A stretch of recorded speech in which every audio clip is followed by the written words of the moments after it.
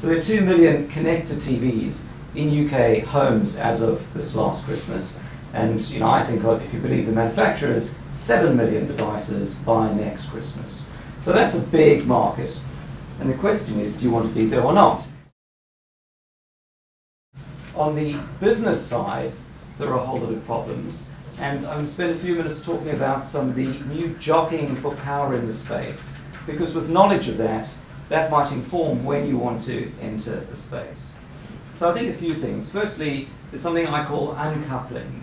So today you will get from Virgin or Sky or someone, you'll get access, you'll get a set-top box, in other words, a way of accessing the content, and you'll get content itself. So you'll get a cable, a box, and the box gives you content. But that's all changing. Apple will sell you a device that is a box with content, and you plug it into any provider. And any new connected TV isn't coupled with any particular access provider, not a cable company. So I think there's a power shift happening away from the people providing you with the access, because you can now access the content on your TV without using one of their set-top boxes. Of course, the next problem is the device manufacturer now sees themselves as the new gatekeeper. And so when you bought a TV in the past, or you buy a TV today, you don't get TVs that have BBC One and not BBC Two. But you will get a Sony TV connected when it's got an iPlayer on it and not an ITV player. And in the past, you've never paid a TV manufacturer for access. But in the new world, Samsung wants 30% rev share for things that they put. So that's thing number 2, this new power broker. What is the gatekeeper? So now you've got, of course, new entrants in the market. You've got Apple, of course, saying we're the complete ecosystem. You've got the likes of Samsung, who have a very high market share, and a good fraction of all of those TV sets will be Samsung TVs. So they are acting as though they are the new commander-in-chief, and you have to do a deal with them. And that's going to be tough. And I think that's a good reason to be a first mover, because the longer you wait, the more that solidifies. And again, these devices usually won't have an open internet platform. They will have a desktop, and you've seen a few pictures there with icons on the desktop, and that's the only way into your portal, and they will typically charge you to have the icon on the desktop. So along comes Google, and Google says, well, let's not do that model, let's just have a search button, and you can search for everything in the world. But I think that Google's really, there's no such thing as a Google TV per se. What Google's doing is making some free technology and making it available to everyone who wants it. And I liken it to taking a live grenade, tossing it in the room, see where the bodies fall, and then going and sort of picking up the pieces. And it's just a disruptive play. And I think it's a big failure for a few reasons. Firstly, the user proposition is just wrong. Search works really well on the internet because everything you want is available. But search for video, it's like going to your DVD store, and they've hidden all the DVDs, and you have to ask the person at the counter, do you have Avatar? They go, no. Do you have Gone with Wind? They go, no. And after a while you say, just show me what you've got. And the reality is, all of the world's knowledge is findable from a search engine, but very few movies are available online. And even so, you never sit down with your wife and go, hey honey, let's think of something to watch. Demand is manufactured. On the other hand, we come back again to the opportunity. Today, if you want to be in a DVD store, they've got a limited inventory. And if you're creating DVDs, or if you're a physical newspaper or a TV channel, limited shelf space. And if you're one of them, that's brilliant. And if you're not, you get zero distribution. On the internet, everyone gets distribution, but the long tail is so small that you effectively get no views. And the stats I have from iTunes, which has got several million tracks, you might be surprised at the median number of plays of a given track on iTunes. Guess how many median? It's in fact 0. 60% of all iTunes content gets 0 purchases in a year. And your average return, I understand, on a track is something like 99p. So there's a problem with this infinite tail. You don't get much monetization from it. But I think there's an opportunity on connected TVs that they're kind of right-sized. right now the manufacturers are looking for content. There aren't that many icons on the desktop. When I started with iPlayer, and there was an iPlayer icon on the desktop, it was the only one, which was great, and now it's filling up.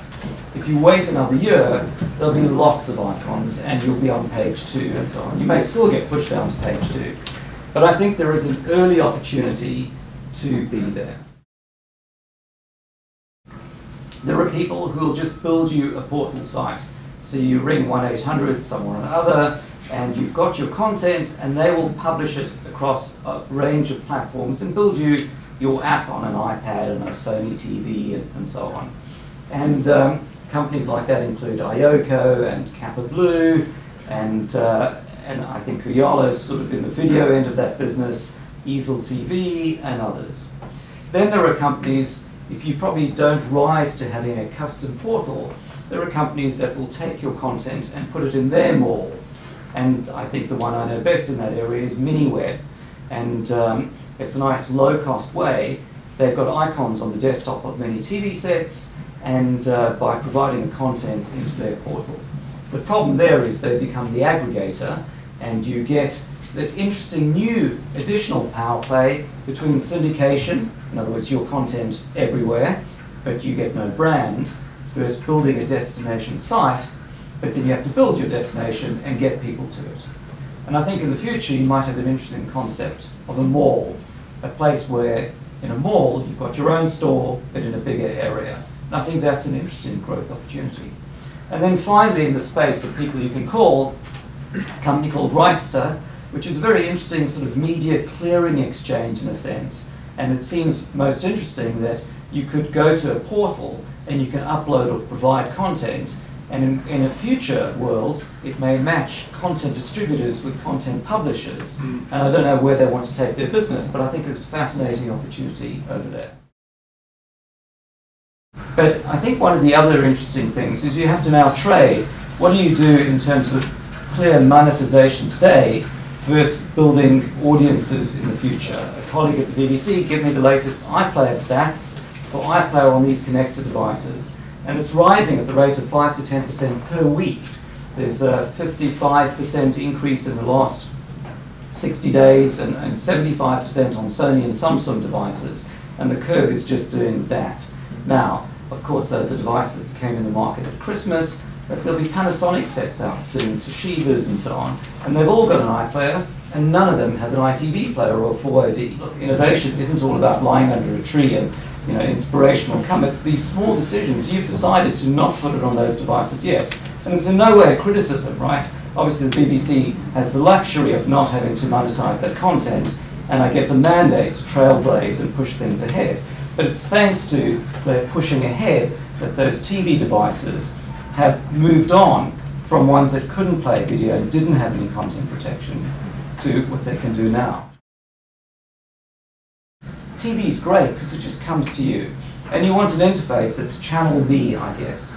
And whether it's Facebook powering it or a search engine powering it, I think I would look forward to a TV set that knows what I want. I think for me, one of the clear things I would have liked to do but didn't at the BBC was news channel for me. And I can imagine news, if you're a newspaper, taking advantage of these new TV sets to create a newspaper on the TV. And obviously a newspaper on the TV isn't going to be a printed broadsheet in 9-point font. But imagine that on your phone as you're walking around town, you're looking at your news, you're adding things to your favorites, you're tracking a story. You're either going to follow this story or you're going to tell me what's happening in central London.